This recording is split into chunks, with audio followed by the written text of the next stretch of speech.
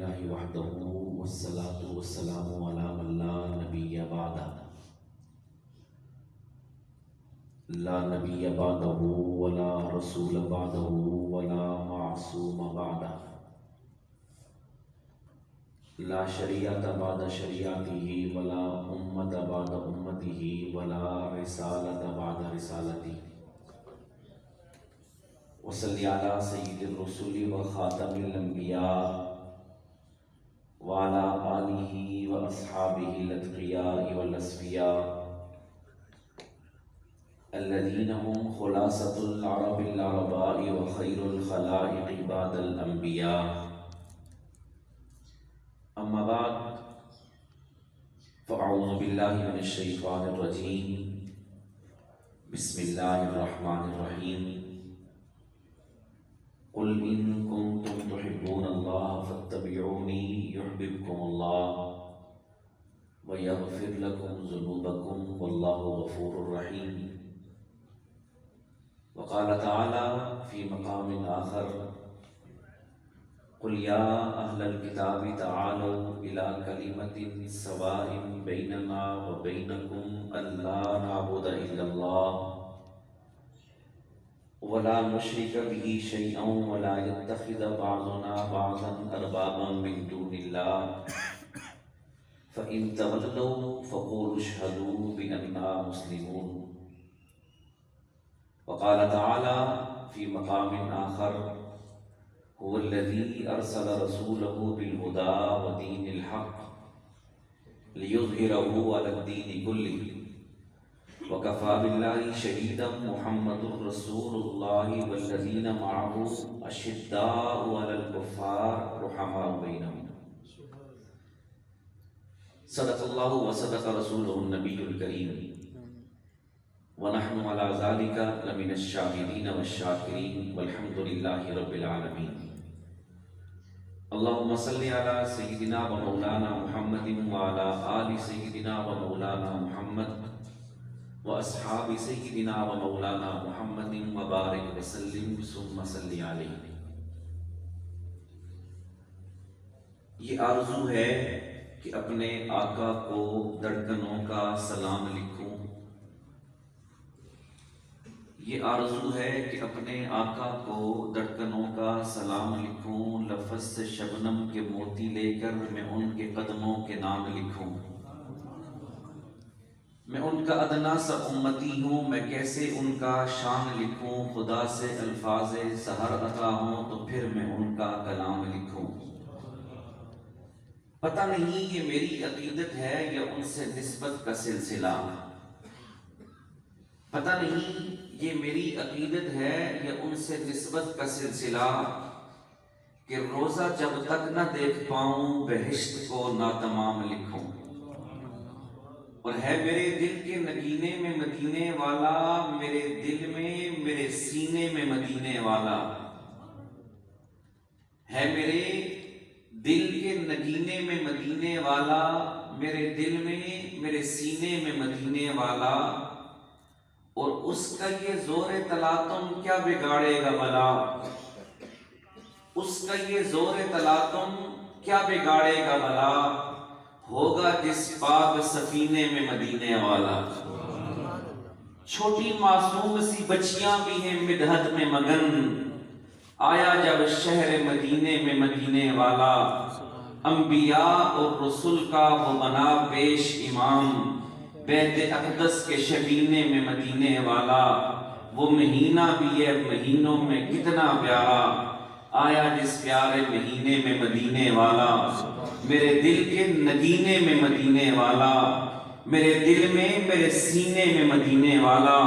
اور آقا اخلاق کرے سبحان اللہ، شیرین گفتار تو صدقے، تیرے لب سونے تیرے نین سونے، زلفاں خمدار تو صدقے، تیرا جسم سونا تیرا اسم سونا، دلکش رخسار تو صدقے، تیری ساری آل تو طاہر صدقے، تیرے ہر ایک یار تو صدقے، اور آقا کائنات دے رنگ برنگ کھانے، تیری جواں دی روٹی تو میں وار دیواں، بس چلے تے فلک دا چند لا کے، گنبد خضرا دی چوٹی تو میں وار دیواں، تے عصا چ ملے مینوں موسیٰ کلیم والا تیرے ہاتھ دی سوٹی تو میں وار دیواں تے شہنشاہی دا جے کر مینوں تاج ملے تیرے صدیق دی جتی تو میں وار دیواں۔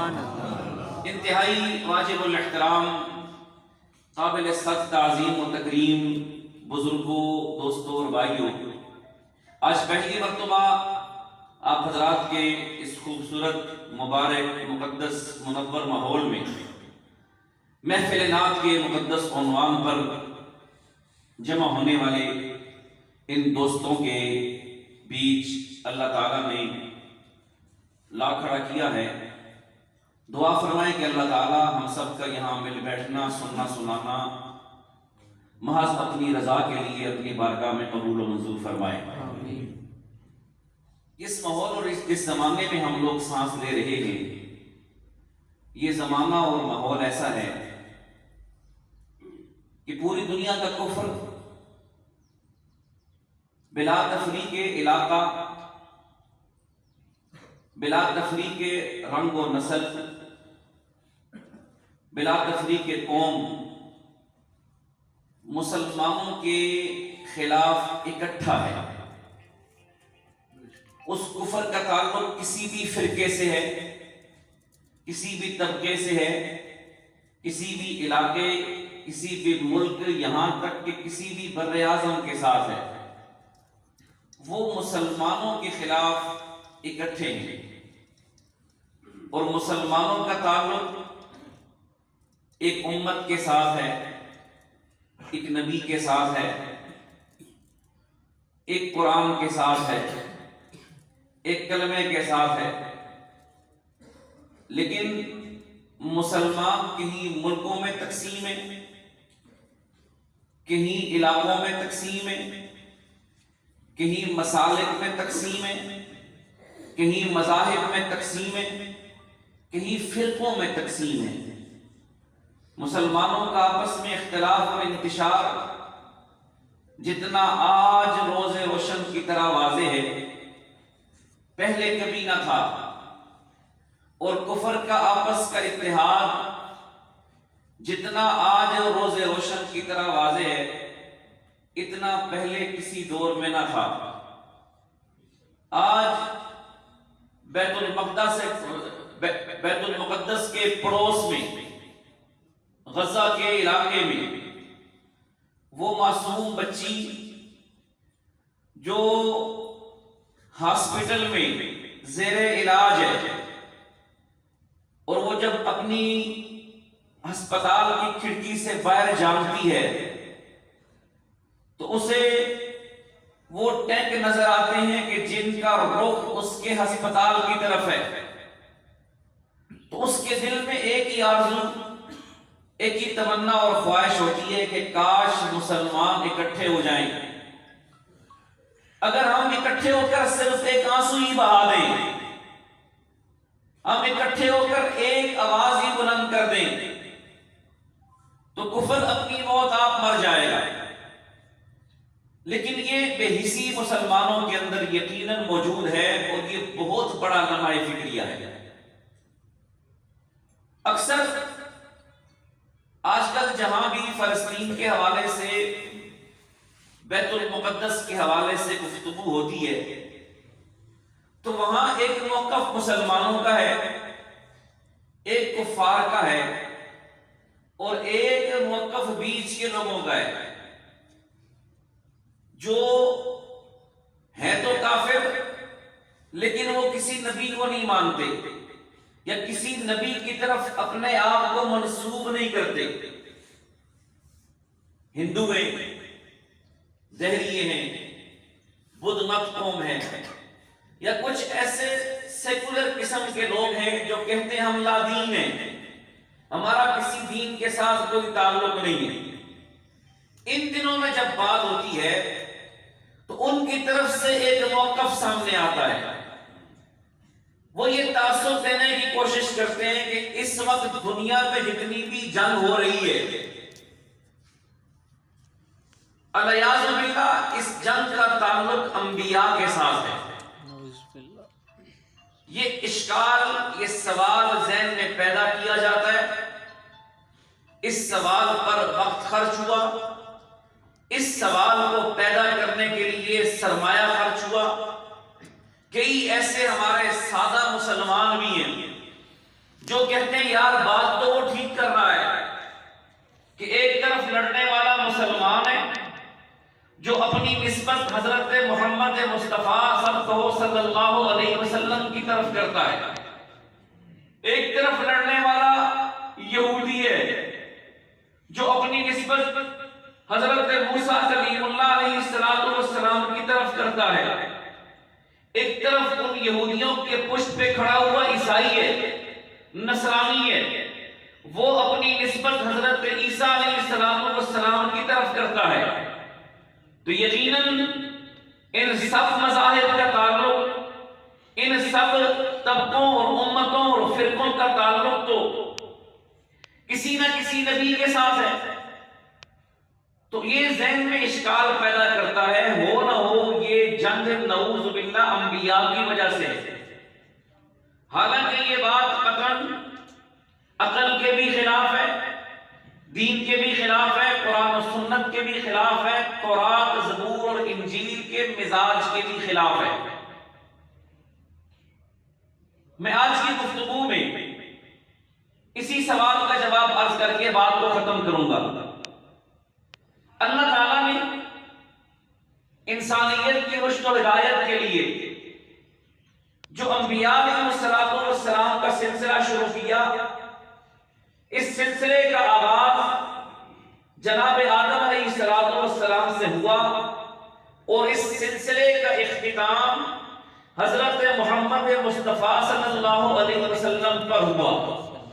ہر زمانے میں، ہر علاقے میں، ہر بولی میں اور ہر طبقے میں اللہ تعالیٰ نے انسانیت کی رشد و ہدایت کے لیے انبیاء علیہ السلام بھیجے، کہیں ایک، کہیں دو، کہیں چار، اور کہیں ایسے بھی کہ ایک کی اولاد میں 40 اور 4 ہزار انبیاء اللہ نے بھیجے۔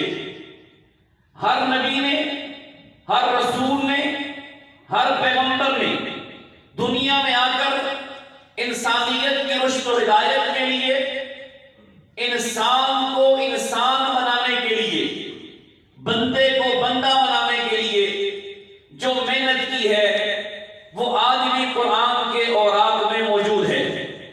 قرآن پاک انبیاء کا تذکرہ کرتا ہے تو قرآن پاک اپنے جملوں میں، اپنے انداز میں یوں بیان فرماتا ہے، وَإِلَىٰ مَدْيَنَ أَخَاهُمْ شُعَيْبًا قَالَ يَا قَوْمِ اعْبُدُوا اللَّهَ وَإِلَىٰ ثَمُودَ أَخَاهُمْ صَالِحًا قَالَ يَا قَوْمِ اعْبُدُوا اللَّهَ وَإِلَىٰ عَادٍ أَخَاهُمْ هُودًا قَالَ يَا قَوْمِ اعْبُدُوا اللَّهَ۔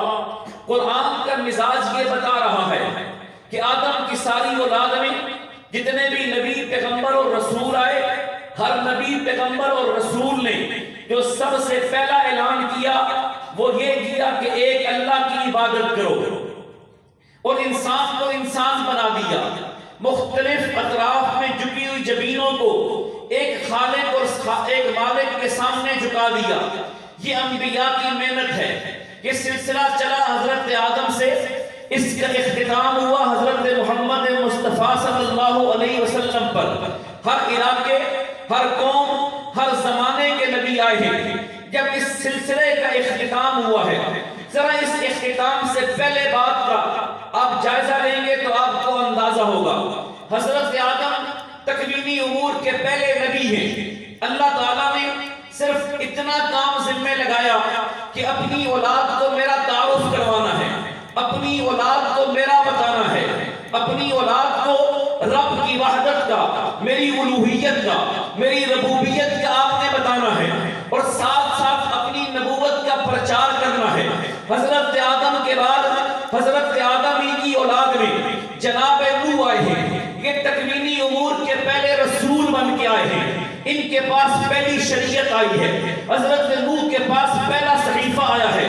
حضرت نوح نے پھر اپنی اولاد کی تربیت کی ہے۔ حضرت نوح کی اولاد میں پھر بہت بڑے رسول، بہت بڑے پیغمبر جناب حضرت ابراہیم آئے ہیں۔ پر پھر اللہ نے ایک اور صحیفہ نازل کیا ہے. حضرت ابراہیم نے اپنی اولاد کی تربیت کی ہے. سلسلہ اور آگے چلا ہے. حضرت ابراہیم ہی کی اولاد میں ایک پیغمبر ہے, ایک رسول اور نبی ہے. اللہ نے اس پیغمبر, اس رسول اور نبی کو ایک نئی امت دی ہے, ایک نئی کتاب دی ہے, ایک نئی شریعت دی ہے, ایک نیا مزاج دیا ہے. فرعون جیسی بڑی پاور, سپر پاور کو, بڑی قوت کو شکست دے کر کے جب حضرت موسیٰ نے بنی اسرائیل کو مضبوط کیا تو اللہ کی پہلی کتاب, اللہ کا پہلا کلام, اللہ تعالیٰ نے پہلا ضابطہ, پہلا اصول مرتب کر کے حضرت موسیٰ کے لیے کوہ طور پر رکھ دیا. اس پہلے قانون کو, اس پہلے ضابطے کو تورات کہتے ہیں. آج پوچھئے یہودیوں سے کہ تورات کا لفظی معنی کیا ہے. تورات کا معنی قانون ہے, تورات کا معنی آئین ہے, تورات کا معنی قانون ہے. جب بھی کوئی مملکت اپنا ایک نظام قائم کرے گی, کہیں کوئی قوم اپنی حکومت قائم کرے گی, اس حکومت کے قیام کے لیے آئین کی ضرورت ہے, قانون کی ضرورت ہے.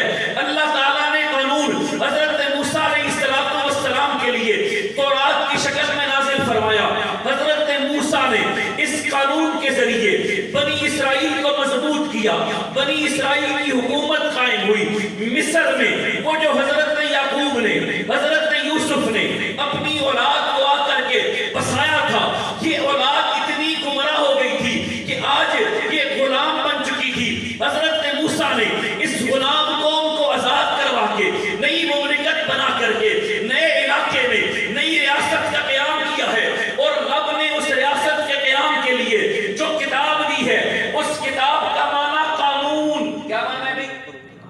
سارے بولے, سارے بولے. تورات کا لفظی معنی قانون ہے.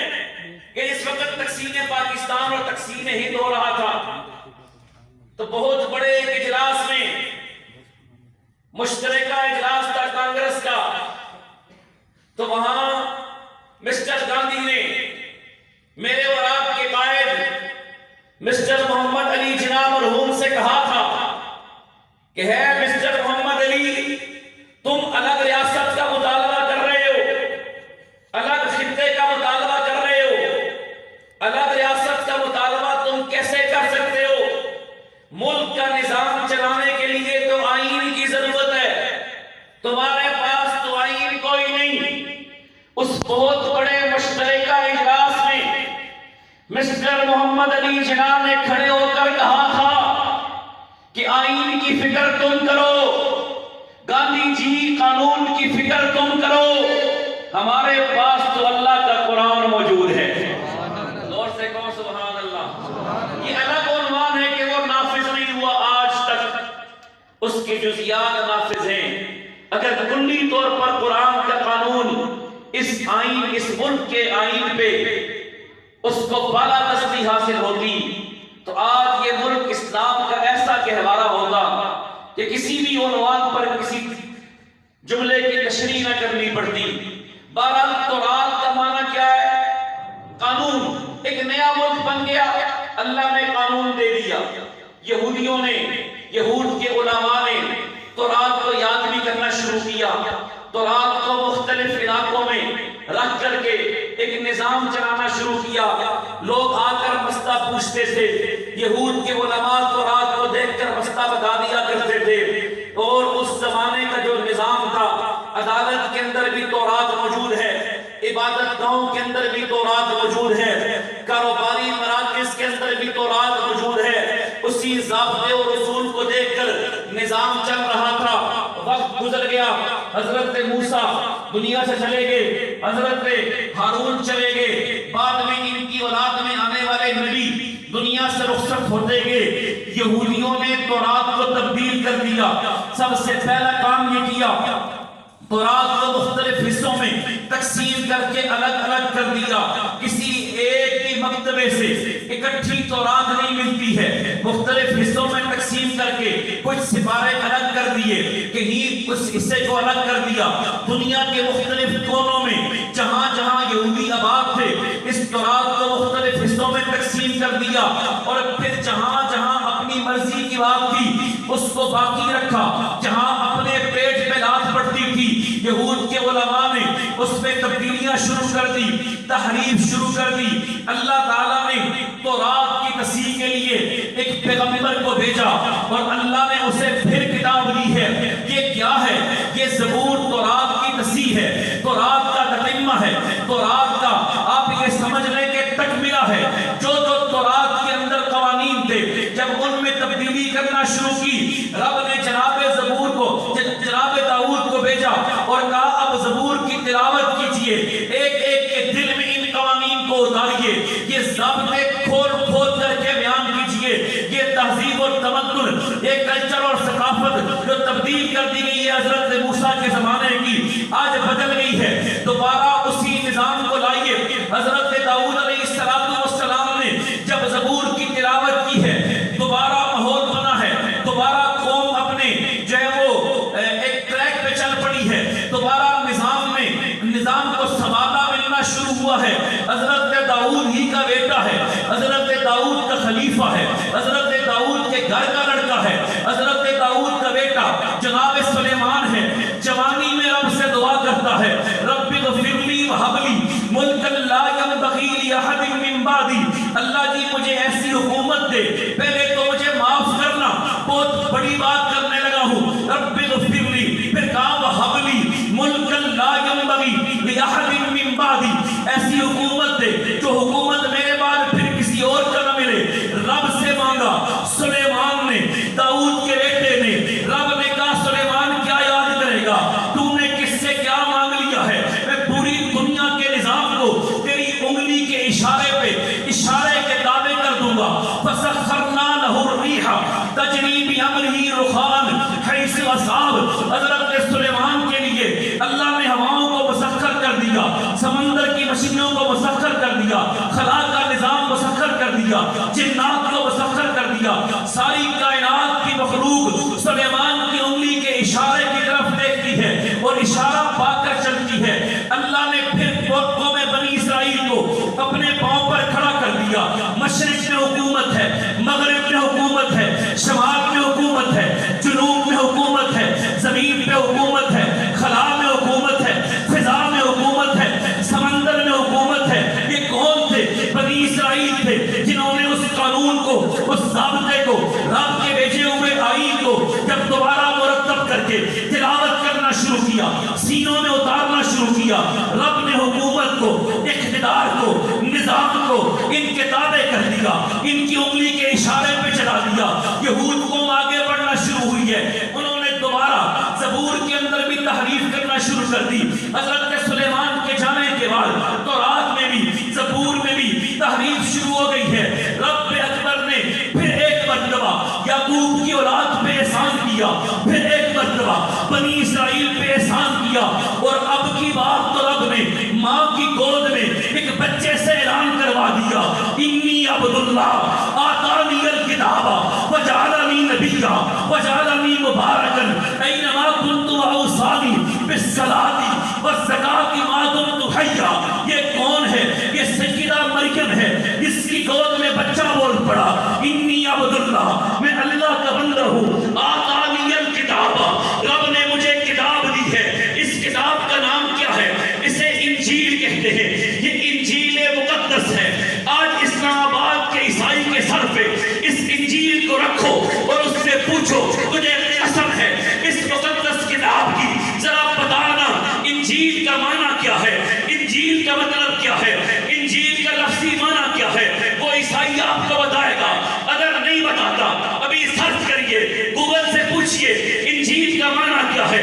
انجیل کا معنی بشارت دینے والی کتاب ہے، انجیل کا معنی خوشخبری دینے والی کتاب ہے۔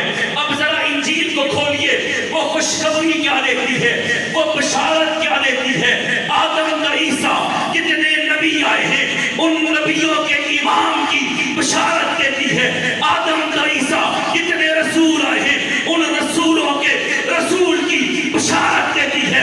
آدم اور عیسیٰ جتنے پیغمبر آئے ہیں ان پیغمبروں کے مقتدا کی، پیشوا کی، ایمان کی بشارت دیتی ہے۔ ماں کی گود میں حضرت عیسیٰ کتاب کا اعلان کرتے ہیں، اور جب جوان ہوتے ہیں تو کہتے ہیں بنی اسرائیل اب دنیا کی ساری نبوتیں، ساری امتیں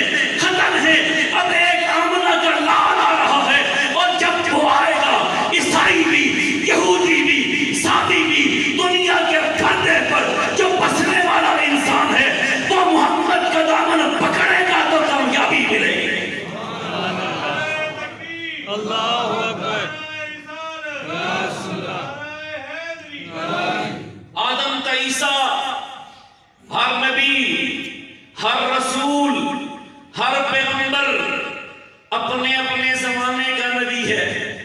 توجہ ہے مسلمانوں، اپنے نبی کی شان پہ ذرا توجہ تو کرو۔ اپنے اپنے زمانے کے نبی، اپنے اپنے علاقوں کے نبی، اپنی اپنی بستیوں کے نبی، لیکن میرے نبی سارے زمانوں کے نبی۔ وہاں آدم سے کہا اپنی اولاد کی تربیت کیجئے بس، حضرت نوح سے کہا اپنی اولاد کی تربیت کیجئے، حضرت داؤد اپنی اولاد کے نبی، حضرت ادریس اپنی اولاد کے نبی، حضرت ابراہیم اپنی اولاد کے نبی، حضرت اسماعیل اپنی اولاد کے نبی، حضرت اسحاق اپنی اولاد کے نبی، حضرت یعقوب اپنی اولاد کے نبی، حضرت یوسف اپنی قوم کے نبی، حضرت یعقوب اپنی قوم کے نبی ہیں۔ آپ قرآن کو کھولیے، آپ انبیاء کا تذکرہ کریں گے، سنیں گے، ہر نبی یہ کہتا ہے یا قوم اعبدوا اللہ، میری قوم کے لوگوں کہہ دو اللہ ایک ہے۔ حضرت ابراہیم اپنی قوم کے نبی، حضرت موسیٰ و عیسیٰ اپنی قوم کے نبی، لیکن جب محبوب پیغمبر کی باری آئی، رب نے یہ نہیں فرمایا میرے محبوبہ اعلان کر دے اے عرب والو میں تمہارا نبی ہوں، اے قریش والو میں تمہارا نبی ہوں، اے حجاز والو میں تمہارا نبی ہوں، اے ہاشمیو میں تمہارا نبی ہوں، اے مکے والو میں تمہارا نبی ہوں، اے طائف والو میں تمہارا نبی ہوں، اے قبا والو میں تمہارا نبی ہوں، اے مدینے والو میں تمہارا نبی ہوں۔ نہ وہاں سارے اپنی اپنی قوموں کے نبی ہیں، لیکن جب محبوب پیغمبر نے اعلان نبوت کیا تو رب نے حکم دیا قل، میرے محبوب اعلان کر دیجئے یا ایھا الناس انی رسول اللہ الیکم جمیعا۔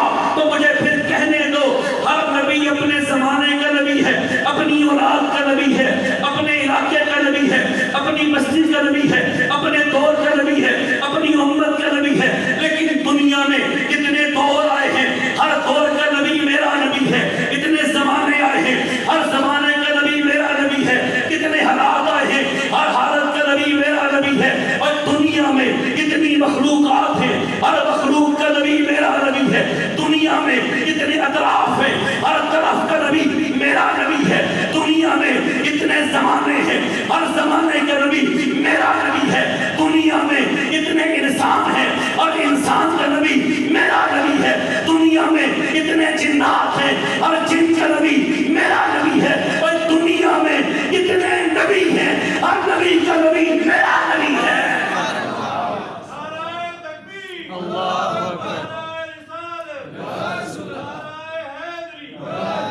اب آئے آمنہ کے لال، میرے اس اعتراض جو میں نے آپ کے ذہن میں رکھ کر کے بات کا آغاز کیا تھا، اس کا جواب دے کر بات کو ختم کر رہا ہوں۔ سرکار دو عالم صلی اللہ علیہ وسلم کو رب نے کہا قل، میرے محبوب اعلان کر دیجئے یا اہل الکتاب، ہے اہل کتاب، یہودی بھی، صابی بھی، نصرانی بھی، ان سب کو اللہ کے حکم پر میرے محبوب پیغمبر نے آواز دی یا اہل الکتاب تعالوا الی کلمۃ سواء بیننا وبینکم الا نعبد الا اللہ۔ آئیے اس نقطے پہ اتحاد کر لیتے ہیں، اس نقطے پہ اتفاق کر لیتے ہیں، اس نقطے پہ جمع ہو جاتے ہیں، اس نقطے پر ہم آج ایک جگہ پر ایک جھنڈے کے نیچے، ایک پرچم کے نیچے، ایک مرکز کے زیر انتظام جمع ہوتے ہیں۔ اس نقطے پر نہ تمہیں اعتراض ہے نہ ہمیں اعتراض ہے۔ وہ نقطہ کیا ہے؟ فرمایا سواء بیننا وبینکم الا نعبد الا اللہ۔ یہی اعلان تھا تمہارے بابا ابراہیم کا کہ لا الہ الا اللہ، یہی اعلان تھا تمہارے بابا حضرت موسیٰ کا لا الہ الا اللہ، یہی اعلان تھا تمہارے بابا حضرت عیسیٰ کا لا الہ الا اللہ، اور یہی اعلان تو آمنہ کے لال کا ہے، محمد مصطفیٰ احمد مجتبیٰ صلی اللہ علیہ وسلم کا ہے کہ لا الہ الا اللہ۔ اس نقطے پر محبوب پیغمبر نے جمع کرنے کا اعلان کیا. ٹھیک کیا نہیں کیا؟ سارے بولیے. نقطہ ٹھیک تھا نہیں تھا؟ اس نقطے پہ اتحاد ہو جانا چاہیے تھا یا نہیں؟ جنہوں نے تورات پڑھی ہے انہوں نے محبوب پیغمبر کے چہرے کا دیدار تورات میں کیا تھا. جنہوں نے زبور پڑھی ہے محبوب پیغمبر کی آواز زبور میں سنی تھی.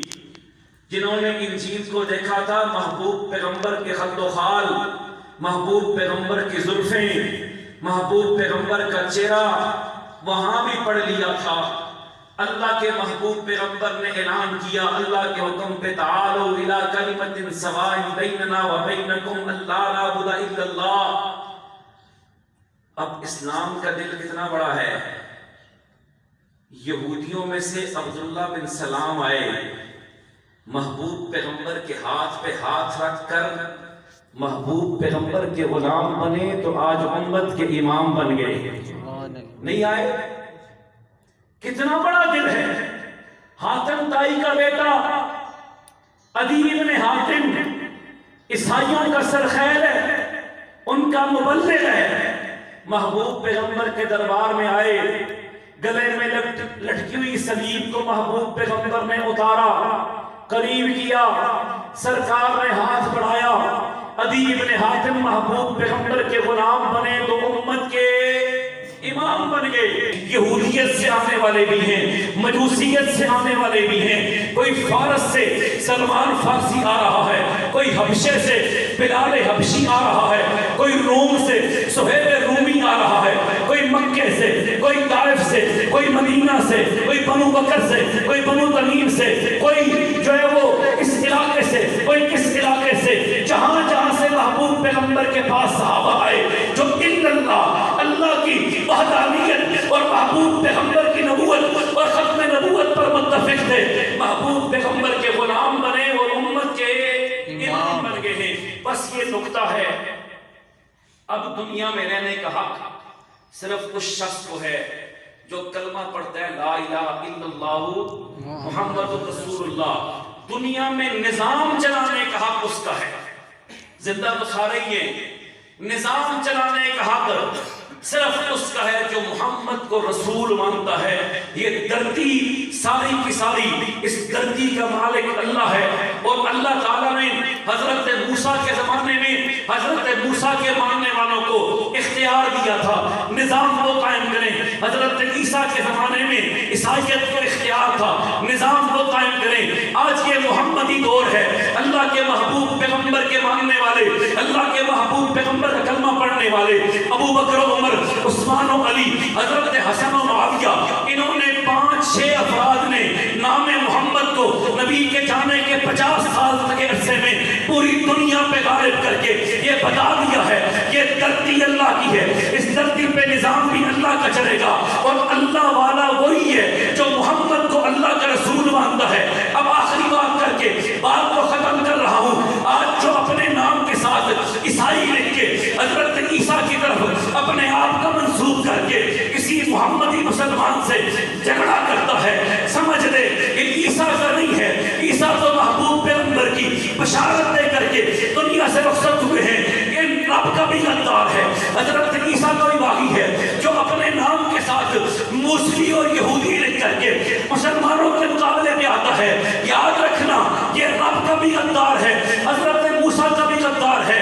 آج دھرتی کے سینے پر نظام چلانے کا حق صرف اس کو ہے جو محمدی ہے. اللہ تعالیٰ محمدیوں کو، مسلمانوں کو آپس میں اتفاق و اتحاد نصیب فرمائے.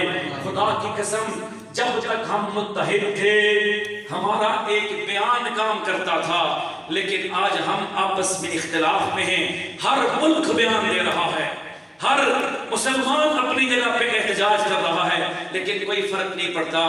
امید ہے آنے والا وقت انشاءاللہ ایسا ہے کہ یہ مسلمانوں کو متحد و متفق کرے گا. اللہ تعالی ہمیں وقت نصیب فرمائے. وآخر دعوانا الحمدللہ.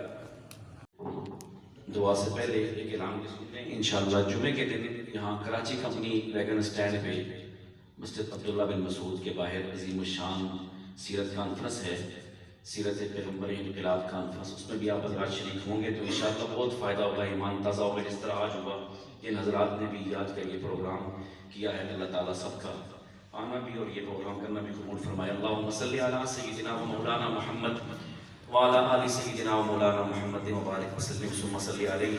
یا اللہ ہم سب کا مل بیٹھنا اپنی بارگاہ میں قبول و منظور فرما۔ یا اللہ جو کہا سنا اس کو اپنی بارگاہ میں قبول و منظور فرما، کبھی پیشی یا اللہ اپنی رحمت سے معاف فرما۔ یا اللہ تیرے محبوب پیغمبر حضرت محمد مصطفیٰ صلی اللہ علیہ وسلم کی مبارک شان بیان ہوئی، نعتیں پڑھی گئی، یا اللہ جن حضرات نے پڑھی اور جن لوگوں نے سنی، یا اللہ ہر ایک کے قلوب کو اپنے انوار سے منور فرما۔ یا اللہ ہر ایک کے قلوب کو یا اللہ حضور پاک علیہ السلام کی محبت سے یا اللہ منور فرما۔ ہمارے گھروں پہ یا اللہ اپنا خاص کرم اور فضل فرما۔ یا اللہ ہمارے کام کرنے کی جگہ ہمارے دفاتر پہ اپنا خاص کرم اور فضل فرما۔ ہمارے ملکی حالات پہ رحم فرما۔